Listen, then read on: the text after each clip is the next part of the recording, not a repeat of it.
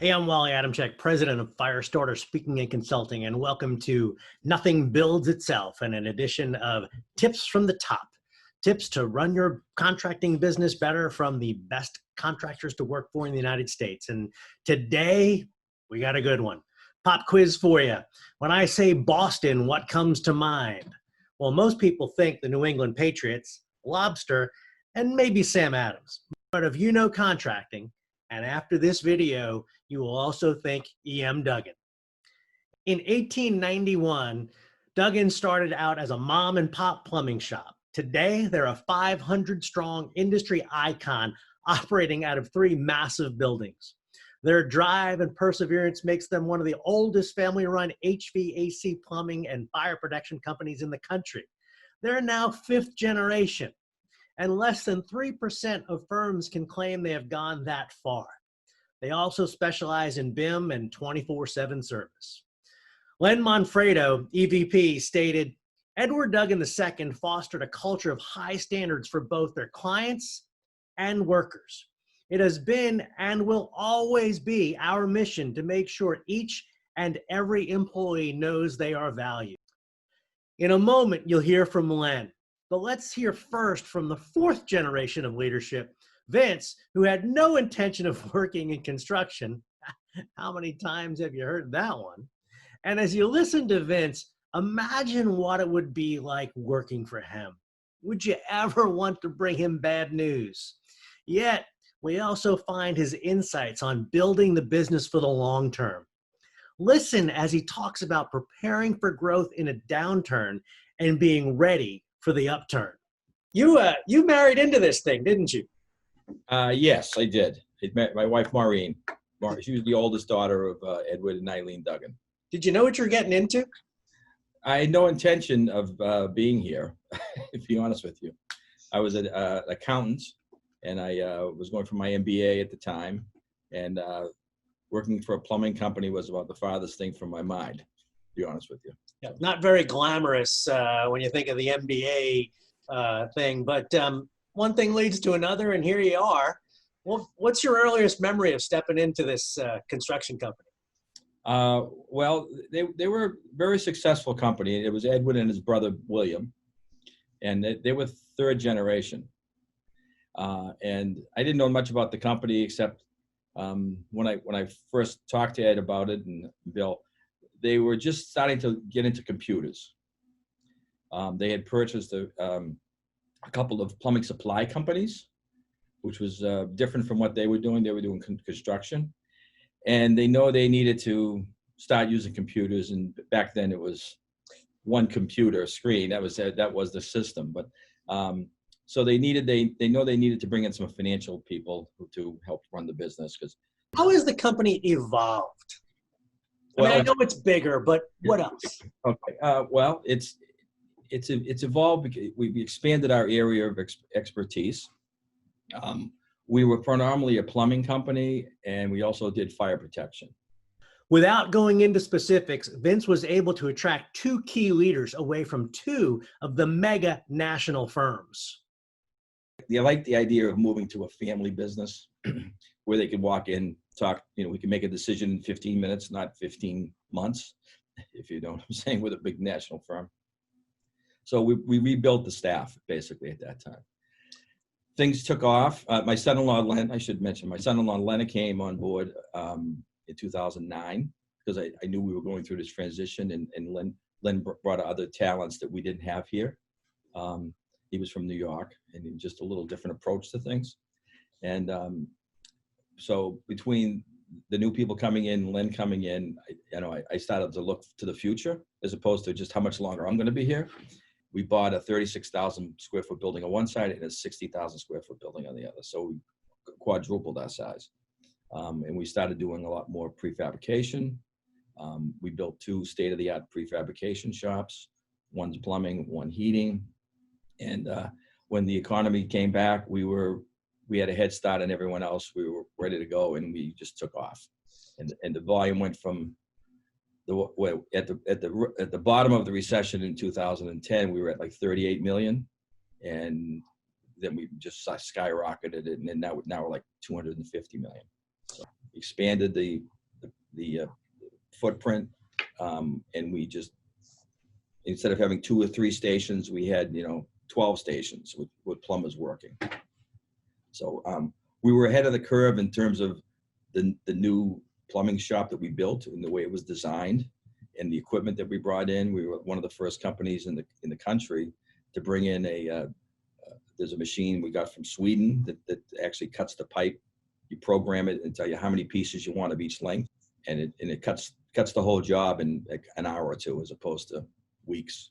Tell me about a time that you helped one of your employees. It might have been financially, it might have been time, but nothing says you had to, but we make those accommodations for people. Tell me about a time.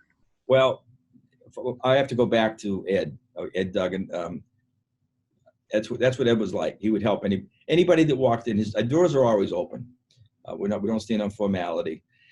Anytime anyone would need help, they knew enough to go see Ed or myself or Len, and at this point, and they know they would get it. They would get help of some sort, whether it was a loan or help with addiction problems, things like that. So I can't go into details because I don't think it's right, but people will tell you we always helped out everybody we could.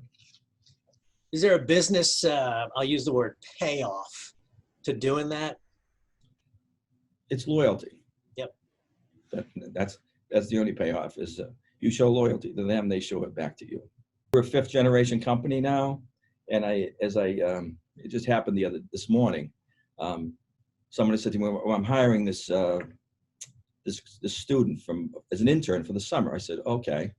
What's the person going to do? She told me what she was going to do. I said, okay. And what's your name? So I didn't recognize the name. I said, who is she related to? Well, she's so-and-so's niece. I said, oh, okay.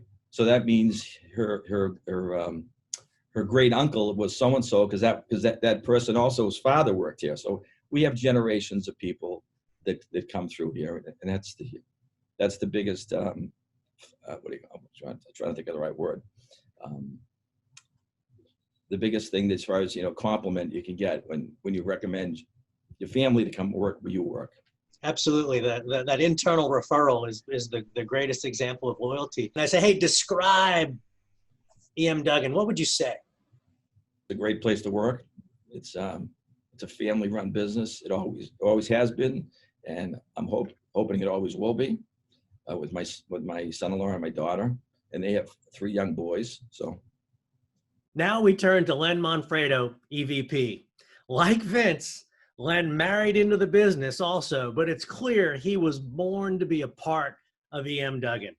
Listen for the commitment to quality, but also his unique approach to get that quality. You guys, you've been, a top contractor to work for.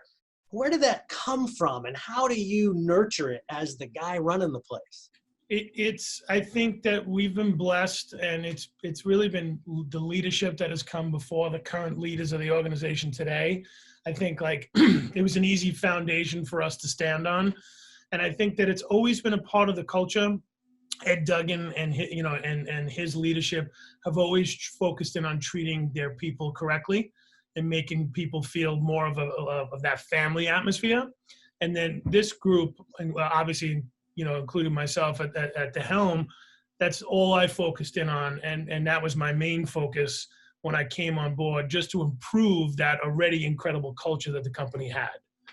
So. All right. So that doesn't happen by default. It's easy to say, right? But what do you do as a chief executive there, senior leader, to quote, preserve and protect the culture?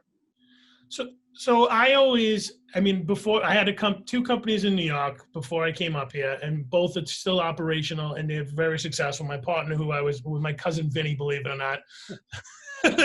I do believe it on Long Island. I absolutely believe it. Yeah. I got Vinny's my father-in-law. I got brother-in-law's Vinny's. I got cousin Vinny's. But long story short, those companies are still in operation, creative engineering and CE space planning. And I always felt, and I always lived by, you can always get more with sugar than you could salt. And if you treat people well and treat them right, you're always going to get more from them. And that means appreciating the work they do for you, going above and beyond for them.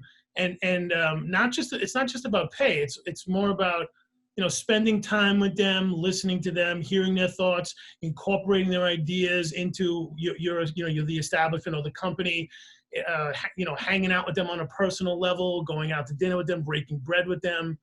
A lot of the things that we do here are all about that. So, we bring food in so we can all break bread and collaborate.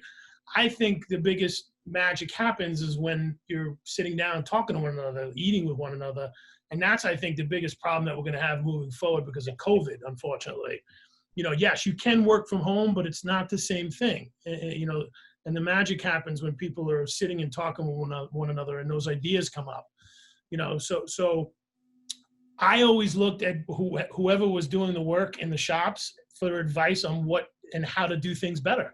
And I always listened to them, and I always made the changes based upon the people that were actually physically doing everything, which included myself when I first started. I was a carpenter when I first started, and that's how I came up through the trades. And that's where everything, that philosophy and that way of handling things have always, and still today, comes from that as well. All of the great ideas that happen across our prefab facilities, which separates us from our competitors, have come from the people that are actually doing the work, right? So what do? I just basically maybe tweak the idea or help the idea get even better. And then we just purchase and do the things that they want to do. And then I always believed, and it started back in New York, a clean environment is a safe environment, and a clean and safe environment breed quality. The new environment here that we've created over the past decade is exactly that. It's a state-of-the-art prefab facility that has been created and collaborated from all the people, the men and women that are working in them. And there's nothing that they don't want that we don't give them, right? So I think that shows people, and the same goes for the field. Everything that the field needs to do their jobs efficiently, intelligently, smartly, and safely, from every tool that they need is given to them in a bag when they come to work for us. We literally give them a bag and say, here's every tool you're going to need to do your job, and here it is. We're paying for it. If you lose it, if something breaks, tell us and we'll replace it for you.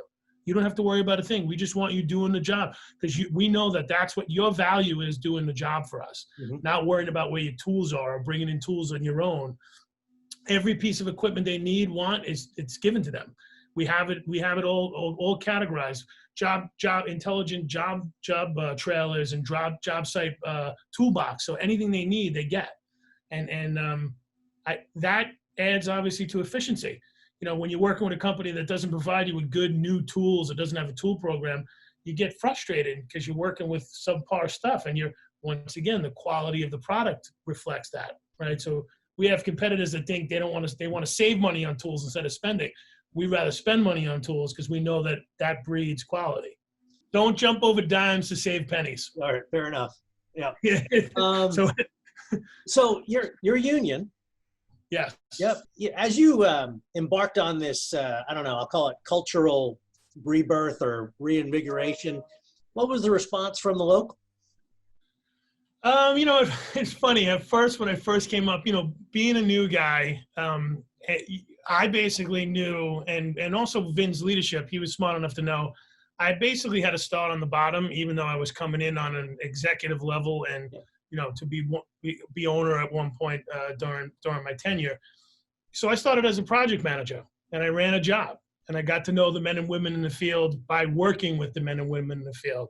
And I moved to being a safety director. So then I went through all these different positions within the company so that I earned everyone's respect. So it wasn't like, hey, here's Len Manfredo, the next owner of the company, and you're going to respect him. It was kind of like I got out in the field. I got to know the men and women that work for us. I earned their respect over the years of working with them, doing the things that project managers that we have today do. Safety director, I got to know everyone by being the safety director. So that's how I approached it, and it was definitely the right approach, because I earned their respect over time. It wasn't demanded from them right away. I mean, I know you're a safe company, but how do you do it? How do you maintain it? How do you accelerate it? Oof, it was so when I after doing my first project, which was a Castle Square project, it was a revamp of a project in Boston called Castle Square. I we our safety director Jim Murray at the time was retiring, who also did prefab for us. So I was kind of slated to learn more about safety, which I already knew and was interested in, and then take that over, which was quite the task. It's it's a lot to have to run safety for an organization. And I think when I came on and became that safety director, it wasn't as much a part of the culture as it is today and has become. Yeah. And I'm thankful to have gone through the experience of knowing how hard it is to change people when it comes to their perspective on safety. Whereas today we have a whole division and we have 4 people. We have a director, we have a manager, we have two managers and a assistant manager in that group, and then we have helpers in that group. I mean, so that group has grown from 1 person to 4, and then we actually bring in people from time to time. We hire consultants, but I always felt when I was in New York that safety is a huge part, like I said before, that it breeds quality of your product. And obviously you don't want anyone getting hurt. And the biggest thing is to avoid any accidents and major accidents. The last thing we want is any of our people to not go home to their families. So the journey started there. And it was very hard to convince the men and women in the field to change how they did things, because in the past, it was just get your stuff done. I don't care if you got to stand on a ladder hanging off that, it was very different than what we've accomplished over the past decade. And we are definitely in a good place, and there's always room for improvement, but we are definitely in a really good place. And we continually try to improve. And then now we're faced with something completely new, a pandemic, right? And thank God we have the safety people and the culture in place to deal with that. And knock on wood, it's going good in terms of just starting back slowly, and people feel safe because we have that culture now. Our safety directors go, and I told them the same philosophy that I have: go break bread with the foreman, go break bread with the workers. Don't go there and say, hey, you're doing that wrong, you're doing this wrong. Hey, go and talk to them. Understand what it is to do their job, how to do their job. What are the problems with having to wear safety goggles or gloves? What are those issues? So we went through reiteration after iterations of safety gloves and cut gloves, goggles. If I told you over the past 10 years, we went through 100 different kind of safety goggles until we found some that the men and women like to wear. We did. Yeah. We really, Sam Collins, who runs that group, he's the only group in this company that doesn't have a budget. So we don't tell him you can only spend X. Mm-hmm. We kind of forecast how we're doing in terms of how many men and women we have in the field, and then whatever he needs, he gets. Whatever the men and women need. I always say, if there is a smarter way to do something with a tool or a piece of equipment, whether it be a tool or a safety piece of equipment, get it. Because in the end of the day, if it prevents one accident, it's worth its weight in gold. Sure. And that philosophy has transferred over. And so these guys and girls now, instead of not wanting to use safety equipment, are actually looking for safety equipment to pick up more, efficiencies and make their jobs smarter and safer, as opposed to them thinking that they have to be, Joe physical guy and throw pipe in when we can use a lift or we can use something different, right? Do you share production information, or how do we do? So here I am, I'm a foreman on the job. How do I know how we're doing? We share it. We actually, they get the up-to-date data, and we used to not do that. So we used to be a culture that hid, the productivity that we had, or hid the monies that we potentially could make. And that was a game changer also, because now you have the foreman buying into things because they could see what they're doing is making a difference. And then the reason why we do that is because we share in the profits with them. So we give bonuses to everyone across the board, including our foreman and sub foreman. So they get to share in that, and they know that if we make good money on their jobs, they're going to get a nice bonus at the end of the year. So it makes them even more motivated to do that. Mm-hmm. We have outside supers. So what we did is, for each trade, like plumbing, sprinkler, and HVAC, we have a person in charge that's in charge of all the foremen. Mhm. So before the project manager, before any managers in the office, there's a man or woman in a position that says, I'm going to make sure that all these field people have everything they need. They can come talk to me if they're having any issues, and then someone can come out so you get the real picture from and it really, really works. Yeah. You know. Yeah. In my book, Construction Leadership from A to Z, 26 Words to Lead By, Chapter H is humility. And as with so many of these top places to work, as soon as we met Len, we saw that character trait clearly in play. His philosophy to take care of people and they will take care of you is leadership gold. With a main focus to improve an already great culture, Len makes sure to ask the people doing the work, hey, how can we do it better? And then he does something with that information. Breaking bread is a big part of that. Building relationships so people will want to be with you and will want to share information. Having empowered the team with tools and information, the safety journey has progressed rapidly as well. When we come together next time for part 2 of our time with E.M. Duggan, Len will share more on technology-enabled communication, a relentless focus on education, and we will talk about the game room and the yoga room, which has nothing to do with gaming or fitness and everything to do with creating community, a place where people want to come to work. I will see you next week, but make sure you subscribe to this channel so you don't miss anything on Nothing Builds Itself, Tips from the Top. I'm Wally Adamchik. I will see you next week.